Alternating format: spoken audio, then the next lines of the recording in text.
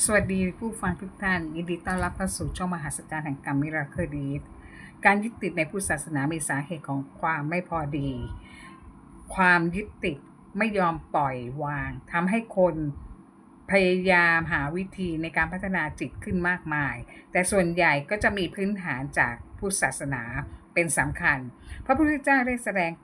ธรรมที่ใช้รักษาใจไว้สองอย่างคือ 1. ฝึกจิตของเราให้สงบนิ่งด้วยการทำสมาธิ 2. ฝึกปัญญาของเราให้เกิดการรอบรู้ทุกสิ่งทุกอย่างที่เกิดขึ้นกับตัวเราเวลามีอะไรมากระทบจะได้เกิดการปล่อยวางเมื่อใช้สองอย่างมารวมกันก็จะเป็นการใช้ทั้งสมาธิและปัญญาควบคุมใจให้หนักแน่นตั้งมั่นไม่หวั่นไหวการพัฒนาจิตและปัญญาเพื่อให้รู้เท่าทันธรรมชาติและความจริงของชีวิตรู้สิ่งที่เป็นประโยชน์และไม่เป็นประโยชน์และเพื่อลดละการยึดติด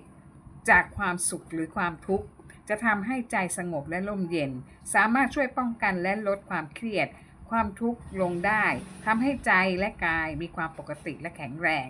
มีสุขภาวะทางกายจิตสังคมและปัญญามีพลังในการดำเนินชีวิตและการปฏิบัติหน้าที่การงานด้วยสติสังคมมนุษย์เป็นสังคมที่ต้องการความเจริญก้าวหน้าประสบความสำเร็จในหน้าที่การงานต้องการชื่อเสียงเกียรติยศเงินทองบริวารการยอมรับจากสังคมและอื่นๆแต่สุดท้ายความต้องการของมนุษย์มักรวมอยู่จุดเดียวกันก็คือต้องการความสุขและไม่อยากได้ทุกข์ความสุขจากทรัพย์สินหรือความมั่นคงในชีวิตและการมีมิตรภาพที่เป็นที่ยอมรับเป็นเป้าหมายที่มีคุณค่าสำหรับบุคคลทั่วไปซึ่งไม่มีใครสามารถปฏิเสธได้การดำเนินชีวิตแต่ละวันต้องดิ้นรนขวนขวายไขว่คว้าหาสิ่งที่ปรารถนาเพื่อให้ได้มาซึ่งความสุขแต่ความสุขที่มนุษย์มีอยู่หรือเพียงแสวงหานั้นเป็นความสุขที่ไม่แน่นอนไม่คงที่เปลี่ยนแปลงเสมอคำสอนในพุทธศาสนากล่าวว่าความสุขที่เป็นทุกข์ก็คือการหลงไหลในความสุขที่มาจากโลภโกรธหลงความสุขทั้งหลายมักพ่วงมาด้วยความทุกข์เป็นสิ่งที่ทำให้มนุษย์มีความทุกข์มาจากการยึดติดไม่ยอมปล่อยไม่ยอมวางคือสาเหตุหลักที่ทำให้คนเรามีความทุกข์ในการยึดติดเรื่องอะไรก็ทุกเรื่องนั้นเช่นการสูญเสียของรักคนรักความเจ็บปวดร้าวที่ถูกกระทำโดยใครบางคนที่จริงมันผ่านไปแล้วแต่ใจยังคงยึดติดไม่ยอมปล่อยวางจึงทำให้ทุกข์เจ็บปวดโกรธแค้นเสียดายอะไรอาวรณ์ถ้าไม่ทุกข์เพราะยึดติดในอดีตก็กังวลถึงเกี่ยวกับอนาคตเหตุร้ายยังไม่ทันเกิดขึ้นก็กังวลตีตนไปก่อนไข้บางทีนึกถึงอุปสรรคที่รออยู่ข้างหน้าบางคนป่วยแค่เล็กน้อยแต่ใจปรุงแต่งไปไกลว่าฉันใกล้ตายแล้วการกังวลกับอนาคตก็เป็นการยึดติดอีกแบบหนึ่งที่ทำให้ตัวเราทุกข์เมื่อไหร่ที่เราไม่นึกถึงอนาคตความกังวลก็ไม่เกิดขึ้นความกังวลก็เช่นความกลัวก็เช่นกันเพราะคนเราส่วนใหญ่มักกลัวในสิ่งที่ยังไม่เกิดขึ้นตอนที่เรายังสบายดีอยู่ก็ไปนึกถึงเรื่องเลวร้ายต่างๆล่วงหน้าทำให้เกิดความทุกข์เพื่อให้ชีวิตความเป็นอยู่ที่ดีขึ้นปรับปรุงการดำเนินชีวิตให้สอดคล้องและรองรับกับการเปลี่ยนแปลงที่จะเกิดขึ้นในอนาคตในทางพุทธศาสนาความสุขย่อมแบ่งออกเป็นหลายระดับชั้นเช่นเดียวกับอาหารของคนชั้นล่างกลางสูงหรือคนต่างชาติต่างมุมโลกย่อมแตกต่างกันแต่ก็เรียกว่าเป็นอาหารเช่นเดียวกันความสุขก็เช่นกันย่อมแตกต่างตามความเหลื่อมล้ำต่ำสูงของความรู้สึกในใจของแต่ละคน 1. สุขของปุถุชน 2. สุขของกัลยาณปุถุชน 3. สุขของอริยเจ้าหรือผู้ที่สูงด้วยปัญญาความหมายของการยึดติดในพุทธศาสนาเรียกว่าอุปทานความยึดติดถือมั่นการยึดถือค้างใจการยึดถือเข้าหาตัวว่าชอบชังถ้ามาผูกพันกับตัวก็ทำให้เกิดความสมหวังไม่สมหวังก็ทำให้เป็นทุกข์ถ้าไม่ระบายความทุกข์ใส่คนอื่นก็ระบายความทุกข์ใส่ตัวเองแม้กระทั่งการยึดมั่นว่าฉันเป็นคนดีแล้วทำไมไม่ได้ดีเพราะคนไม่เห็นความดีของฉันหรือทุกข์เพราะเห็นคนอื่นได้ดีกว่าตัวเราก็ไม่พอใจเกิดอิจฉาริษยาชีวิตคนเราจะสุขได้ ถ้าเราปล่อยและวางเป็นไม่ว่าเป็นเรื่องตัวบุคคลทรัพย์สินเงินทองชื่อเสียงเกียรติยศอำนาจความสำเร็จความสุขทางใจหรือความสุขทางธรรมสวนทางกับความสุขทางโลกสุขทางใจได้เมื่อรู้จักลดละสละออกไป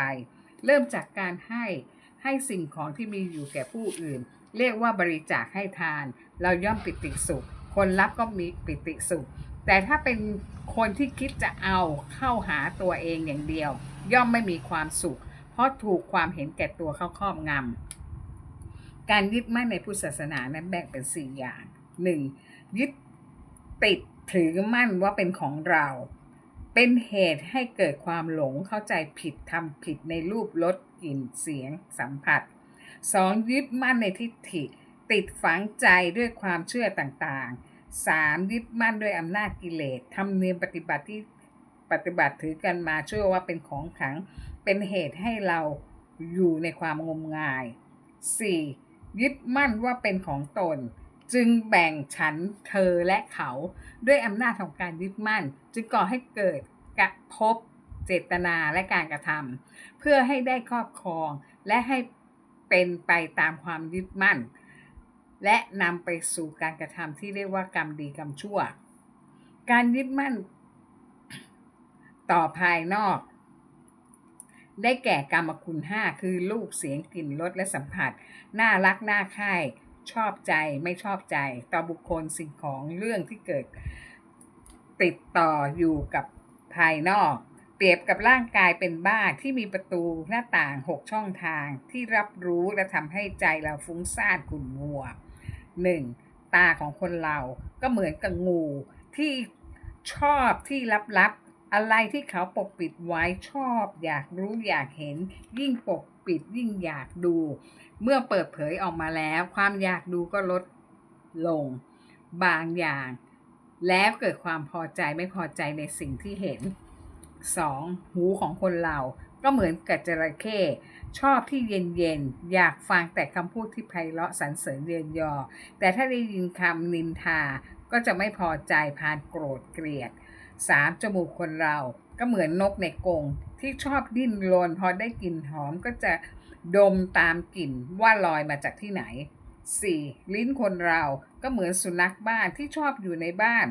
ที่มีความสุขสบายชอบลิ้นรสอาหารที่อร่อยอยู่ไกลแค่ไหนก็ไปแสวงหา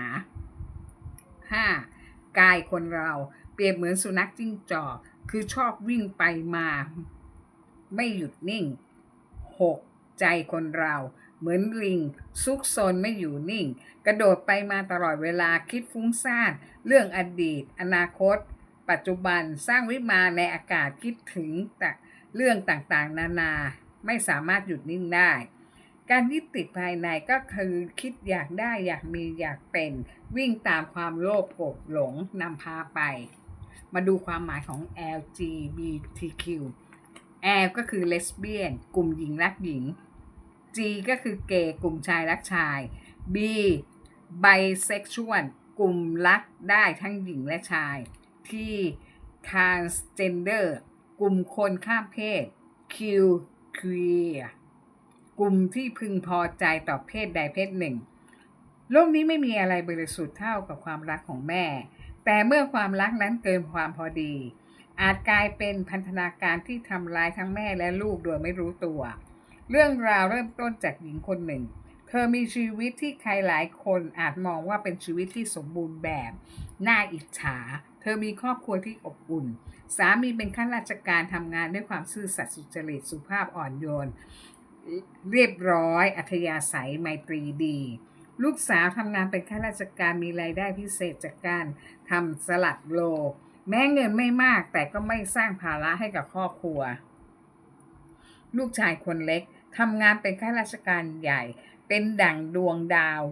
เด่นของครอบครัวประสบความสำเร็จในหน้าที่การงานมีตำแหน่งที่สูงเงินเดือนมากมีชื่อเสียงและที่สำคัญเขาไม่เคยทอดทิ้งครอบครัวดูแลทุกคนอย่างดีคนเป็นแม่น่าจะมีความสุขมากใช่ไหมแต่เปล่าเลยเธอรักลูกชายของเธอมากจนทุกอย่างในชีวิตของเธอทุกลมหายใจเข้าออกของเธอ มีแต่ลูกชายคนเล็กเท่านั้นสามีเธอเป็นคนดีตั้งแต่หนุ่มจนเกษียณราชการดูแลครอบครัวอย่างดีเงินเดือนที่ได้มาก็ยกให้ภรรยาเป็นคนจัดการในเรื่องบ้านทั้งหมดแต่หลังจากเกษียณลูกชายทำงานได้เธอกลับมองไม่เห็นความสำคัญของสามีที่อยู่ในบ้านไม่เห็นอยู่สามีอยู่ในสายตาของเธอจนสามีใช้วิธีนั่งสวดมนต์ภาวนาในห้องพระทั้งวันทั้งคืนขังตัวเองอยู่กับพระส่วนลูกสาวไม่เคยสร้างปัญหาแต่กลับเป็นที่ระบายอารมณ์เวลาที่แม่หงุดหงิดลูกชายคนเล็กเป็นเหมือนเทวดาของเธอทุกลมหายใจเข้าออกมีแต่ลูกชายใครเอ่ยไม่ได้ลูกชายเธอต้องไปทำงานต่างจังหวัดประจำจังหวัดนั้นประจำจังหวัดนี้เพื่อแต่ละจังหวัดที่ย้ายไปก็เพิ่มตำแหน่งที่สูงขึ้นมีโอกาสกลับมาจะเยี่ยมบ้านครั้งหนึ่งแต่การจ่ายเงินเดือนจ่ายไม่ขาดสั่งอาหารการกินให้3 มื้อสำหรับทุกคนในบ้านดูแลสุขภาพทุกคนพาเที่ยวเป็นครั้งคราวที่มีโอกาสเรียกว่าลูกชายคนเล็กเป็นเทวดาสั่งและบงการทุกคนต้องเป็นอย่างนั้นต้องเป็นอย่างนี้วางตารางให้ทุกคนเดินตามเนื่องจากลูกชายต้องทำงานอย่างหนักเพื่อแลกกับชีวิตความเป็นอยู่ที่สุขสบายของครอบครัวแต่ทุกวันลูกชายจะโทรศัพท์มาคุยกับแม่เมื่อมีเวลาว่างแต่ความรักของเธอที่มีต่อลูกชายมันมากเกินเธอเฝ้ารอแต่ลูกชายเมื่อไหร่จะกลับมาเธอคิดถึงลูกชายเธอมากทุกวันเธอจะขีดปฏิทินนับวันรอเวลาที่ลูกชายจะกลับมาบ้านเธอเริ่มเก็บตัวเงียบๆไม่พูดไม่จากับสามีและลูกสาวทั้งตัวเองอยู่ในห้องมืดดูแต่ลูกถ่ายของลูกชายทั้งวันทั้งคืนเฝ้าคอยแต่เสียงโทรศัพท์ของลูกชายทั้งที่ลูกชายเธออายุ40 ปีแล้วมีภาระหน้าที่การงานที่ต้องรับผิดชอบแต่ความรักของแม่ที่มากเกินไปกลายเป็นภาระที่ลูกชายพูดไม่ออกจนวันหนึ่งลูกชายเธอเริ่มเปลี่ยนไปเขาเริ่มแต่งตัวให้เรียบร้อยขึ้นไม่ไม่คุยเรื่องแฟนไม่พูดเรื่องอนาคตเรื่องการแต่งงานโดยเขาแกล้งบอกแม่ว่าแม่ผมเป็น LGBTQ แม่ตกใจมากร้องไห้ฟูมฟายแต่ลูกชายกับนิ่งสงบเขาบอกแม่ว่าเขาเลือกจะไม่แต่งงานเพราะไม่อยากให้แม่ต้องเจ็บปวดกับการที่เสียเขาไปให้ใครอีกคนหนึ่งเขาเลือกที่จะไม่มีความสุขส่วนตัวเพื่อให้แม่รู้สึกว่าเขาจะอยู่กับเธอตลอดไปฟังดูน่าประทับใจใช่ไหมคะแต่เปล่าเลยในความเป็นจริงลูกชายนั้นเจ็บปวดในใจเขาไม่อยากโกหกแม่เขาไม่อยากแกล้งเป็น LGBTQ แต่เขาทนเห็นแม่ทุกข์เพราะเขาไม่ได้เขาทนเห็นแม่หงุดหงิดเศร้ากังวลเพียงเพราะเขาอยู่ไกลและเขาไม่อยากให้แม่รู้สึกโดดเดี่ยววันเวลาผ่านไปแม่เริ่มป่วยเป็นโรคซึมเศร้าแบบไม่รู้ตัวเธอไม่ยิ้มไม่พูดจากับใครไม่ว่าสามีลูกสาวหรือเพื่อนบ้านไม่สนใจทำอาหารไม่สนใจงานบ้านไม่สนใจเรื่องการกินอาหารไม่สนใจใครๆเธอเฝ้ารอวันเวลาว่าลูกชายจะกลับมาเมื่อไหร่ลูกชายดูภายนอกเขาประสบความสำเร็จแต่ข้างในจิตใจของเขานั้นว่างเปล่าณขณะนี้เขาอยู่เพื่อตอบแทนบุญคุณของแม่แต่มันไม่ใช่ความรักที่ดีมันเป็นความรักที่บีบรัดจนเขาแทบหายใจไม่ออกเรื่องนี้ดูเหมือนเป็นแค่เรื่องเล็กธรรมดาแต่ในชีวิตจริงของคนแบบนี้มีอยู่ทุกวันในสังคมความจริงแล้วเขามีความรักและมีแฟนที่อยู่ด้วยกันในต่างจังหวัดแต่ไม่กล้าเปิดเผยให้แม่รู้เท่านั้นและคนในครอบครัวก็ไม่มีใครรู้ด้วยแต่สังคมที่ทำงานของเขารับรู้หมดเพราะเขากลัวว่าถ้าแม่รู้เรื่องความจริงว่าเขามีครอบครัวแล้วแม่จะเป็นบ้าเสียสติไปเลยเพราะคิดว่าเสียลูกชายให้กับคนอื่นไปถูกแย่งความรักไปเธอรับไม่ได้กฎแห่งกรรมไม่เคยละเว้นใครเมื่อเรายึดติดกับใครมากเกินไปสุดท้ายจะเจ็บเองและบางทีเราก็ทำร้ายคนที่เรารักมากที่สุดโดยไม่รู้ตัวจงรักแต่ต้องไม่ยึดติด จงห่วงใยแต่ต้องปล่อยให้เขาเติบโตเพราะเขาเป็นคนที่เรารักไม่ได้เกิดมาเพื่อเป็นของเราเขาเกิดมาเพื่อเติบโตและสร้างชีวิตของเขาเองความรักที่แท้จริงคือการปล่อยให้เขาเป็นตัวของเขาเองและเราสามารถยิ้มได้แม้เขาไม่อยู่ข้างๆเราทุกวันสวัสดีค่ะ